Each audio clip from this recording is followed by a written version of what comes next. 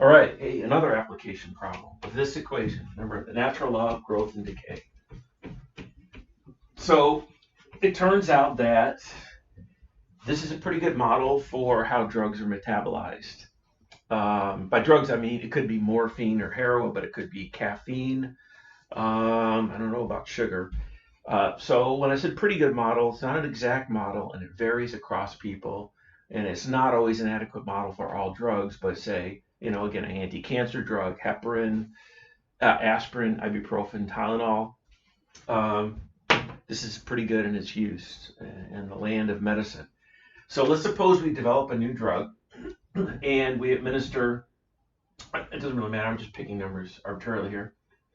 Let's just say 5 milligrams of this drug, and we let 8 hours go by, and we measure how much is left. And let's just suppose that there's 2 milligrams.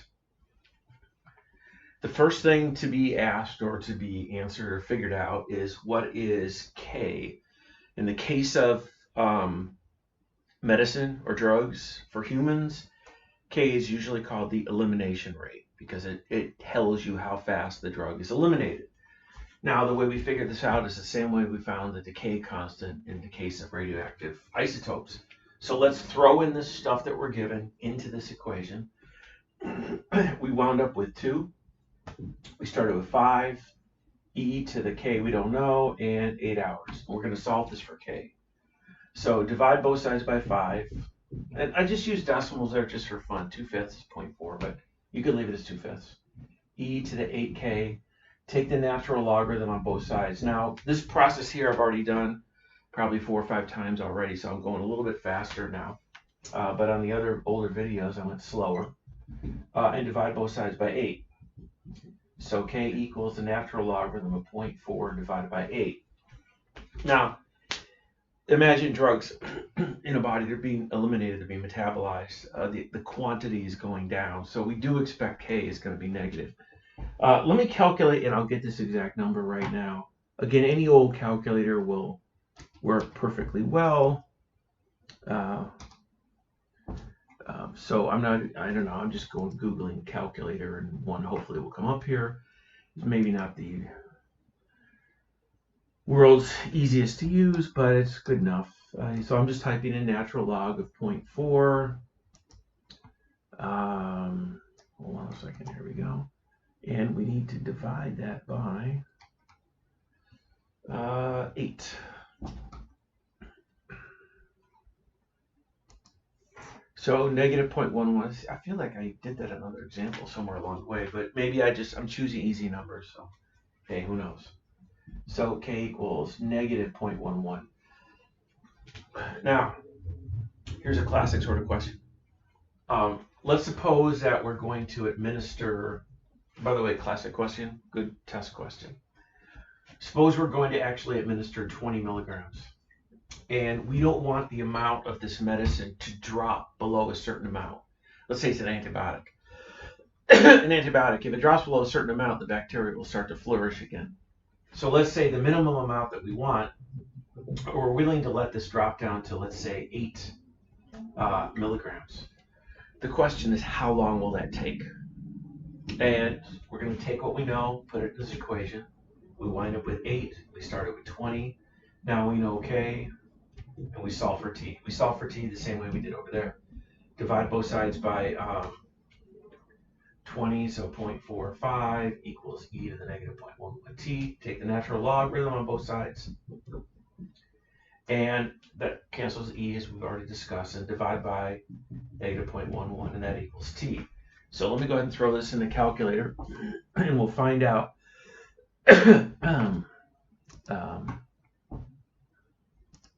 Let's find out how long we have to wait until we give you your next dose. Because if we started with 20 and we wait till you have 8 milligrams, then ever after that, or for as long as you're going to be on the treatment, we'll give you a dose of 12 milligrams. So natural logarithm of 0.45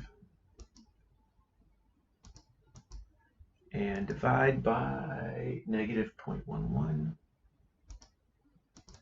I usually just divide by 0.11 and take the negative of my answer. So 7.3 approximately, 7.3 hours. Hey, real quick comment. What the heck is nobody talks that way? 0.3 hours. Yeah, you want to keep all the units the same. So if I started off with hours, we continue with hours. Little side comment here. 0.3 hours. That's 3/10 of an hour, and that equals, for example, how many 60ths? I mean, how many minutes would we be talking about? So we can multiply both sides by 60. We get some nice cancellation, and we get, that's about 18 minutes. What is that? Oh yeah, 3/10 an hour. Okay, so 18 minutes. So about 7 hours and 18 minutes. Yeah, I don't know how exact you're going to be. Again, this is not as exact in the case of metabolizing drugs as it is in the case of radioactive isotopes. And so let's say we have this drug, same drug, so the decay constant stays the same. But I tell you what, that would be an inconvenient way to administer drugs. It is done and it can be done, but to have to keep track of, I need to take this medication every 7 hours and 18 minutes. That sounds like a recipe for disaster in terms of, say, you give it to somebody and say, take this home and take this drug. So a more likely scenario might be, we're going to start off with, I don't even know what I said a minute ago, but say 20 milligrams. And what we're going to do is have the patient take it every 6 hours. A factor of 24 would be nice, because then you have the same schedule every day, right? 6, 18, 24, and then repeat. 8 works nice. 3, 4 works nice. 2 works nice. 1 works nice if you want to take a medication every hour. But 6 hours. So the question is, how much will you have left in your system at the end of 6 hours, so we know how large to make each dose or each pill or shot or however you're getting it. So let's take this and substitute it in there. And I don't know the amount after 6 hours. That's what we're going to want to find. And we start with 20. And K is negative 0.11. And T is 6.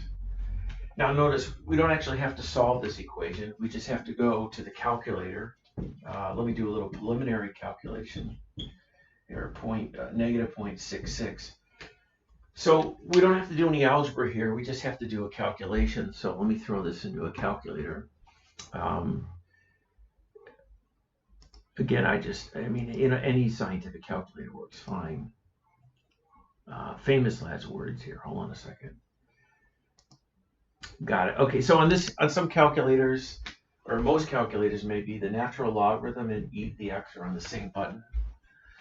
So if you press second function or the inverse button, you'll get that. So, okay, I've got e to the, 20 times. Okay, there's a lot of different ways you can calculate these things. So 20 times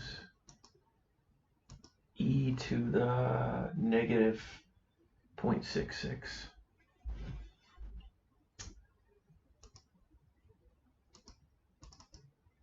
And what I get is 10.3. Now, what does that mean? It means you have 10.3 milligrams left in your system at the end of 6 hours. So if we want to just cycle back and forth, we would give you a dose of 9.7. So we could give you an initial dose, sometimes called a bolus, give you an initial dose of 20 milligrams, and then every 6 hours give you a dose of 9.7 milligrams. Okay, so that's it for this example. Remember, test on Friday.